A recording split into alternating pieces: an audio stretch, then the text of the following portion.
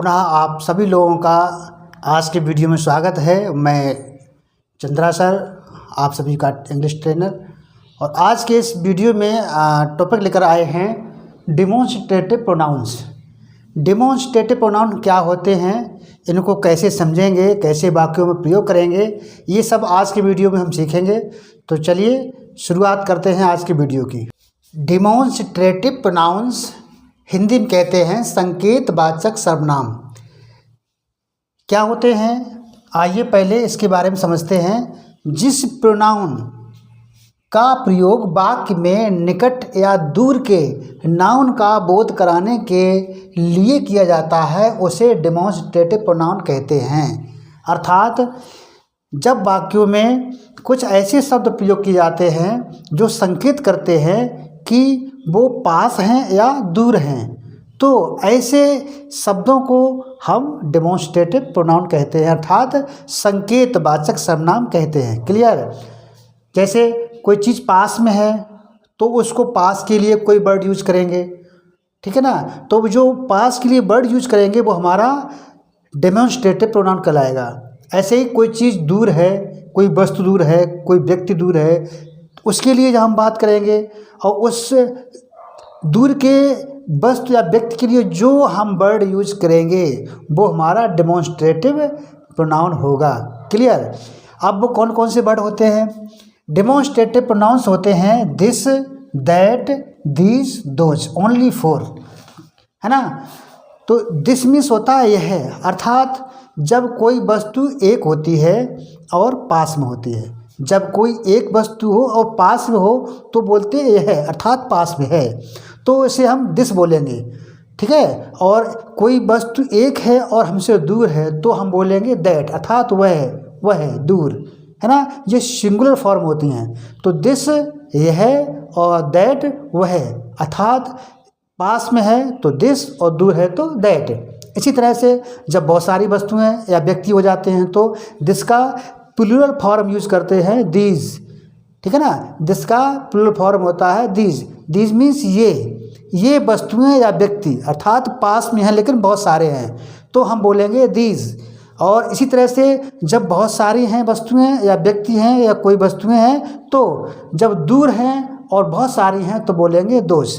बे या वो किताबें हैं या वो घोड़े हैं, इस तरह से। तो आइए इनका वाक्य में प्रयोग कैसे करते हैं इनको समझते हैं। तो ये बात क्लियर हो गई है कि डिमॉन्स्ट्रेटिव प्रोनाउंस ओनली 4 होते हैं, दिस, दैट, दीज, दोज, ठीक है ना। अब इनका वाक्यों में प्रयोग कैसे करेंगे ये देख लेते हैं। जैसे एग्जाम्पल देखते हैं, यह एक पुस्तक है। तो यह एक पुस्तक है, अर्थात एक पुस्तक है और पास में है। यह से मतलब ये संकेत मिल रहा है कि पुस्तक जो है वो पास में है। क्लियर। तो इसको इंग्लिश में बोलेंगे this is a book. This means यह, अर्थात पास में है और एक के लिए ए आया है। तो यह है एक पुस्तक, अर्थात यह एक पुस्तक है, अर्थात पुस्तक एक है और पास में है ना। तो पास का यहाँ पर संकेत मिल रहा है, इसलिए दिस का यूज़ किया गया है। इसी तरह से ये पुस्तकें हैं। अब देखिए ये, अर्थात ये बहुत सारी हैं लेकिन पास में हैं, तो क्या कर देंगे, दीज आर बुक्स। तो दीज से ये सिद्ध हो रहा है कि पुस्तकें पास में हैं और बहुत सारी हैं, अर्थात दिस का प्लूरल फॉर्म हमारा हो गया है दीज, ठीक। तो यह एक पुस्तक है, दिस इज ए बुक, और ये पुस्तकें हैं अर्थात दीज आर बुक्स, बहुत सारी हैं लेकिन पास में हैं। सेम इस तरह से। अब नेक्स्ट एग्जाम्पल देखिए, वह मेरा मोबाइल है। तो वह मेरा मोबाइल है, वह मेरा मोबाइल था दूर है, अर्थात दूर है लेकिन एक ही है। जब दैट का यूज हुआ इसका मतलब दूर है लेकिन एक ही है। That is my mobile, that is my mobile, अर्थात मेरा मोबाइल वो मेरा मोबाइल है या वह मेरा मोबाइल है। तो मोबाइल तो एक ही है लेकिन हमसे थोड़ा दूर है, इसलिए हमने दैट का यूज़ किया गया है, इसलिए हमने दैट का यूज़ किया है। तो इससे सिद्ध होता है कि वस्तु तो एक ही है, मोबाइल एक ही है लेकिन हमसे दूर है। क्लियर। इसी तरह से वो पक्षी हैं, वो पंछी हैं, तो दैट का प्लूरल हो गया है बे या वो, अर्थात दोज आर वर्ड्स। वो या बे हैं पक्षी, बर्ड्स, अर्थात वो पक्षी हैं। तो जब एक से अनेक, जब सिंगुलर से प्लूरल पहुंचते हैं तो दिस का दीज हो जाता है और दैट का दोज हो जाता है। तो इनका हिंदी में अर्थ निकलता है बे या वो, ये, इस तरह से, ठीक है। नेक्स्ट सेंटेंस आपका है वे तुम्हारे खिलौने हैं।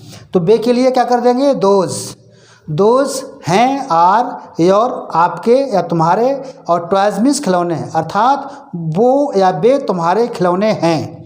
तो इस तरह से देखिए यहाँ पर दिस का यूज हुआ है सिंगुलर फॉर्म में पास के लिए, दिस का हुआ है प्लूरल फॉर्म में पास के लिए, दैट का प्रयोग हुआ है सिंगुलर फॉर्म में दूर के लिए, दोज का हुआ है प्लूरल फॉर्म में दूर के लिए, और दोज का भी प्लूरल फॉर्म का यूज हुआ है, प्लूरल के फॉर्म में यूज हुआ है लेकिन दूर के लिए हुआ है। तो ये सभी वर्ड जो है वो संकेत बताते हैं कि पास में है कोई वस्तु या दूर है, या पास में है कोई वस्तु, बहुत सारी वस्तुएं हैं, पास में है या दूर हैं। तो ऐसे प्रोनाउंस जो हमें संकेत कराते हैं कि वस्तु एक है और पास में है, या एक है दूर है, या बहुत सारी हैं पास में है, या बहुत सारी हैं दूर हैं, इस तरह के संकेत बताने वाले सभी वर्ड्स को, जो दिस, दैट, दीज, दोज होते हैं, इन सभी को हम डेमोन्स्ट्रेटिव प्रोनाउन कहते हैं। और इन सभी का यूज आप हिंदी के बहुत सारे वाक्यों में करेंगे जहाँ पर